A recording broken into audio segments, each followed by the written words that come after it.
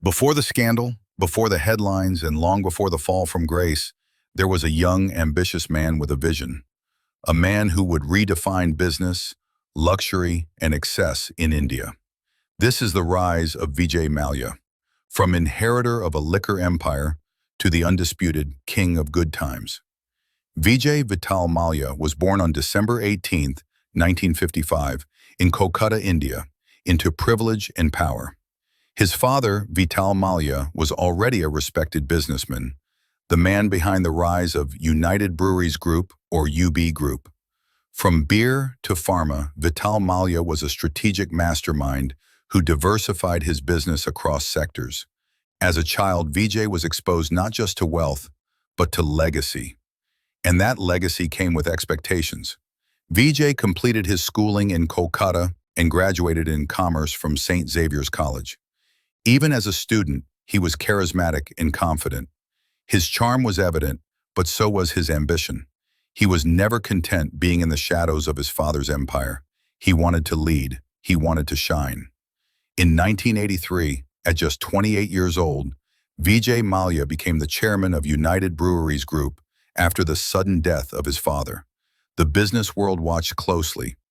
Could this young man, known more for his flair than finance, hold the reins of a multi-million-dollar empire? Vijay's response was not just confidence, it was transformation.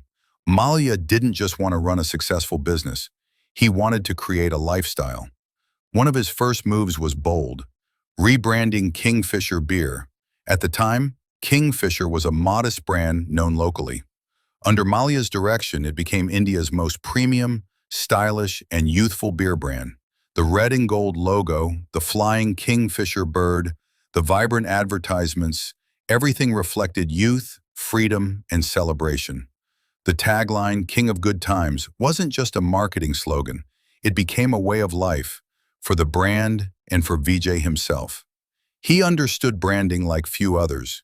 He turned every campaign into an experience. Kingfisher was everywhere: cricket stadiums, music events, fashion weeks, and college festivals. The beer was selling, but more than that, the image was selling. By the early 1990s, Kingfisher was the face of cool, classy India. As Kingfisher rose, so did Mallya's personal image. He wasn't your traditional corporate tycoon hiding behind boardrooms and balance sheets. He was in the spotlight with sunglasses, silk suits, and a champagne glass in hand. He attended the biggest parties, threw even bigger ones, and surrounded himself with celebrities, models, and royals. In a country still shaking off colonial shyness, Mallya made flamboyance fashionable. He was dubbed the Richard Branson of India. His yacht parties in Monaco, polo matches in Rajasthan, and grand Diwali celebrations became the stuff of legend. He owned horses, vintage cars, private jets, and even a personal Boeing 727. His mansion in Goa, the sprawling farmhouse in Bangalore, and later the Lady in White yacht became icons of Indian opulence.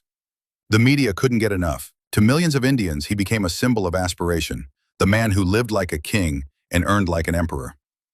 But very few understood the strategy behind the show. While the spotlight was on Mallya's lifestyle, behind the scenes he was aggressively expanding. He diversified UB Group into engineering, fertilizers, agrochemicals, real estate, pharma, and even entertainment. But liquor and beverages remained the cash cow. He acquired international brands, consolidated brewer units, and took Kingfisher overseas.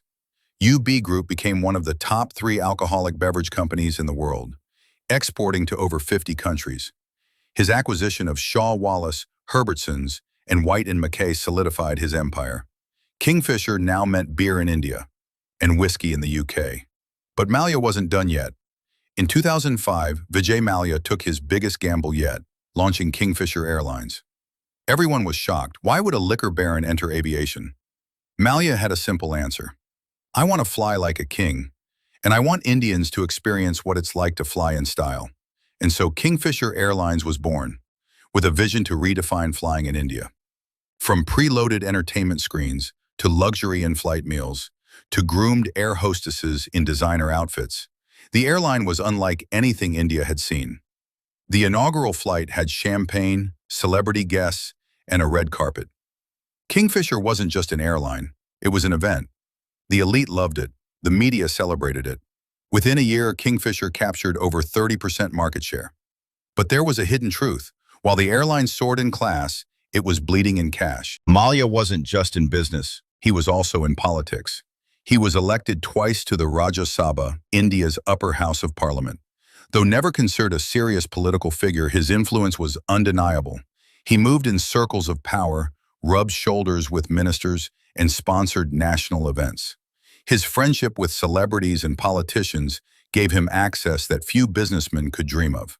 And he used it smartly to secure loans, permissions, and, some would later argue, immunity. But Mallya's biggest power wasn't politics, it was perception. He understood how to project strength even when struggling. He smiled on magazine covers, gave witty interviews, and continued living like a king, even when his companies were facing heat. By 2008, signs of trouble began to show. Kingfisher Airlines was spending millions every month. Global oil prices were rising. The aviation industry was crashing, and yet Mallya kept expanding. He bought Air Deccan, India's first budget airline, to increase his network. Critics warned him the merger was risky, but Mallya didn't listen. He believed branding could solve anything. Loans were taken, repayments were delayed, but on the outside the party continued. In his own words, "I'm not running a business, I'm running a passion, but passion doesn't pay interest." Mallya's relationship with the media was a two-edged sword. In his rise, they celebrated him. In his fall, they chased him. As financial statements turned red, questions grew louder. Why was Kingfisher still flying despite losses? How was Mallya securing massive bank loans? Why was he still hosting million-dollar parties? Investigations began slowly, but Mallya, ever the showman, shrugged them off. He laughed in interviews, mocked critics, and declared, "No force on earth can ground Kingfisher." It was a declaration that would soon come back to haunt him. By 2011, Kingfisher Airlines was in deep trouble. Pilots and staff weren't paid for months. Flights were canceled. Passengers were angry. But instead of cutting costs, Mallya doubled down on image. He brought in new aircraft, signed global code-share agreements. Behind the curtain, though, the empire was collapsing. Banks were nervous, shareholders were furious, and regulators were watching closely. In October 2012, the government suspended Kingfisher's license. The airline was officially grounded. It was the beginning of the end. Despite the looming crisis, Mallya refused to accept defeat. He continued to travel, attend F1 races, and live luxuriously. But the spotlight that once adored him now turned harsh. In boardrooms, the name Vijay Mallya no longer meant innovation, it meant debt. In newsrooms, it meant scandal. In households, it became a cautionary tale. And yet, for over 2 decades, he had changed how India saw business. He had introduced branding, boldness, and brilliance, even if it came at a price. The rise of Vijay Mallya is not just the story of a man. It is the story of a generation, of a country evolving, and of the fine line between ambition and excess.